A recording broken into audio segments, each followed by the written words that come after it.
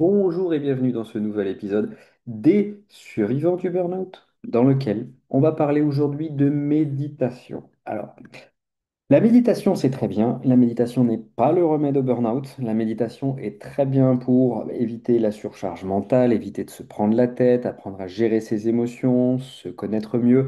Bref, c'est bien pour un tas de choses. C'est très bon pour la santé. Maintenant, ce n'est pas la panacée pour guérir d'un burn-out. C'est un outil. Il en faut plusieurs pour se remettre sur pied. J'entends souvent des gens qui me demandent des conseils pour apprendre à méditer parce que parfois la méditation, ça peut paraître un peu complexe, ça peut avoir tendance à les saouler de se dire je vais devoir m'asseoir pendant une demi-heure, une heure sans rien faire. Détends-toi. Même si c'est un mot très à la mode aujourd'hui, tu vas pas faire des câlins aux arbres. Si tu commences à me connaître un petit peu, si tu me regardes depuis un petit moment, on va parler d'une méditation opérationnelle qui va être bonne pour toi, qui va te permettre d'y accéder facilement avec des exercices simples, des exercices concrets. Même si tu as un mental qui part dans tous les sens, tu vas voir que si tu restes avec moi, on va démystifier tout ça et puis on va te permettre d'ajouter cet outil à ton quotidien. La méditation, c'est pas justement arrêter de penser. C'est pas s'asseoir en tailleur sur un coussin pendant une plombe. Oui, il peut y avoir des formes de méditation comme ça, mais tu verras que c'est pas ce qu'on retrouve chez tous les méditants. Il y a plein de formes de méditation possibles. Et la méditation, c'est pas non plus réservé aux gens qui sont perchés ou aux moines tibétains ou aux yogis experts. Ça peut être accessible à tout le monde en fait. C'est possiblement un moyen de reconnexion à toi, un moyen de contrôle de toi aussi qui peut entraîner ton esprit à revenir ici, maintenant et te procurer une forme d'apaisement. C'est très simple d'abord, tu vois, mais c'est comme toutes les nouvelles choses que tu vas mettre en place. Au début, ça peut te paraître complexe. Alors, le but du jeu, encore une fois, c'est pas de faire parfait tout de suite.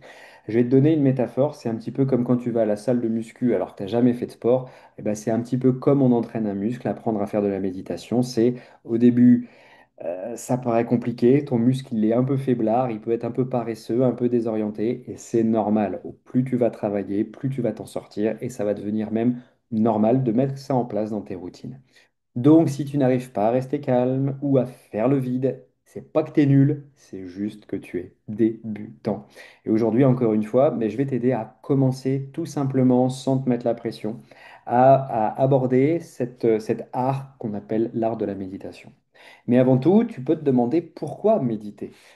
Méditer, c'est un outil de survie mentale dans un monde qui est saturé de stimulation, tu vois. Et je pense que c'est de plus en plus important d'ailleurs aujourd'hui de mettre ça en place. Il y a encore quelques dizaines d'années, au siècle dernier, on pouvait trouver des ressorts méditatifs, tu vois, en accomplissant des tâches du quotidien. Les personnes, quand elles allaient au champ, il y avait quelque chose de très méditatif, d'être comme ça sur sa bêche en train de travailler la terre. Aujourd'hui, on est en train de scroller, il y a des informations qui nous arrivent de tous les côtés, par le bruit, par l'image, et donc notre cerveau sature. Donc mettre la méditation dans ses routines va te permettre de créer de l'espace mental, va te permettre de réduire aussi la charge émotionnelle, la surcharge émotionnelle que tu peux vivre dans ton quotidien, va te sortir du pilote automatique, tu sais, où ton cerveau, tu as l'impression qu'il prend le relais à ta place. C'est un outil aussi super intéressant, c'est un mode de vie qui va te permettre aussi de calmer ton système nerveux, tous ceux qui génèrent tes angoisses, tes stress, tu vois, qui tournent à bas bruit en toi. La méditation peut être un outil pour ça. Et enfin, c'est un outil qui peut te permettre de prendre du recul au lieu de réagir à chaud. Et encore une fois, on va démystifier l'idée que tu as besoin d'y passer des heures et des heures. Tu n'as pas besoin d'y passer une heure par jour. 5, 10 minutes maximum par jour peuvent suffire pour commencer à ressentir les effets positifs de la méditation. Alors, il y a un premier outil auquel on va commencer tout de suite par te familiariser, c'est l'outil de la respiration consciente. Tu vas voir que ça va te prendre 3 minutes. Je vais te demander de t'asseoir confortablement, comme tout ce que je t'explique, hein. Comme d'habitude, soit tu te contentes de gagner en connaissance, soit tu vas un petit peu plus loin et tu gagnes en compétences, donc tu fais les outils que je te propose. Je vais te demander de t'asseoir confortablement, de fermer les yeux si tu veux. Encore une fois, il n'y a pas d'obligation. Si tu es plus confort en ouvrant les yeux, bah, voilà, ouvre les yeux, puis c'est OK. Et juste respire. Voilà. Tu sais faire, hein, tu sais respirer, génial. Donc respire et concentre-toi tout simplement sur le mouvement de l'air qui entre dans le nez, la gorge, la poitrine et le ventre. C'est aussi simple que ça. Tu vas te concentrer sur les détails, c'est-à-dire l'amplitude, les mouvements, ce que tu ressens dans le corps, la fraîcheur du nez, de l'air, pardon, quand il passe au niveau du nez, comme il se réchauffe dans la gorge. Concentre-toi là-dessus et ça suffit largement. Je vais te demander de compter jusqu'à 4 à l'inspiration, puis jusqu'à 6 à l'expiration, et tu recommences. Tu fais 1, 2, 3, 4. Alors tu comptes dans ta tête, évidemment, hein. Moi, je te le fais pour la vidéo, je te le fais pour le podcast, mais tu le fais pas toi. Et ensuite, 6 à l'expire. Donc, tu souffles. 1, 2, 3, 4, 5, 6. Tu fais ça, évidemment, en soufflant, et tu recommences. 4 à l'inspire, 6 à l'expire. Ça tout, ça suffit. Quand ton esprit part, quand ton esprit s'évade un petit peu plutôt que de rester focus sur ce que tu es en train de faire, c'est normal. Tu viens de démarrer, tu es un débutant, donc c'est pas un échec, ça s'appelle un apprentissage. C'est aussi une opportunité de revenir à l'exercice jusqu'à ce que ça te devienne facile. Ressens déjà les bienfaits de ce que tu es en train de faire. Tu peux mettre un timer 3, 4, 5 minutes si tu veux. Commence pas par des 10 minutes dès le début, commence par 3 minutes, ça sera déjà super. Et puis, je vais te donner maintenant le deuxième exercice classique en méditation pour démarrer. C'est l'exercice d'observation de tes pensées.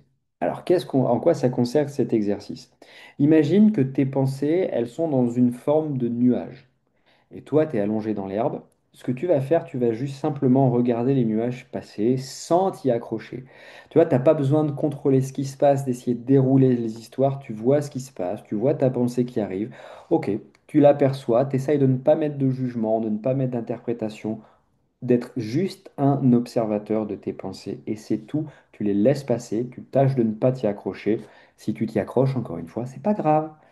Prends un recul, essaye juste d'observer. Et plus tu fais ça, plus tu crées de la distance mentale entre toi et justement ton mental.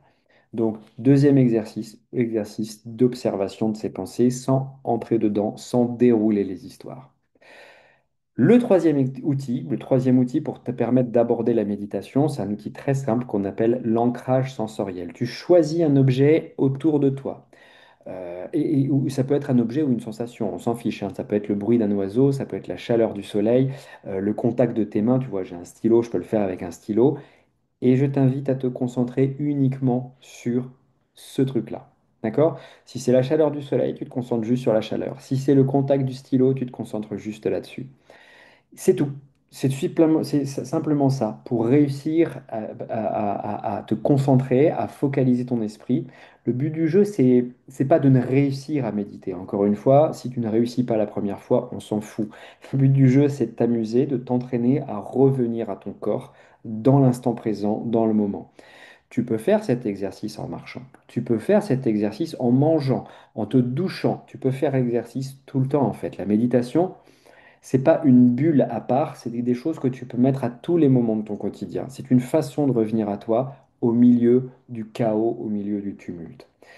Trois outils, trois exercices, tu peux les mettre ensemble, tu peux les faire l'un ou l'autre, l'un et l'autre, on s'en fiche. L'idée, c'est juste de s'y mettre.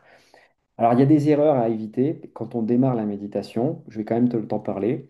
La première erreur, c'est de croire qu'il faut faire le vide. J'en ai parlé un petit peu plus haut, mais ça, c'est ridicule en fait. Non, on ne fait pas le vide. On crée juste de l'espace. Faire le vide, il y a quelqu'un qui disait, je me souviens plus qui disait ça, mais je trouvais ça très drôle.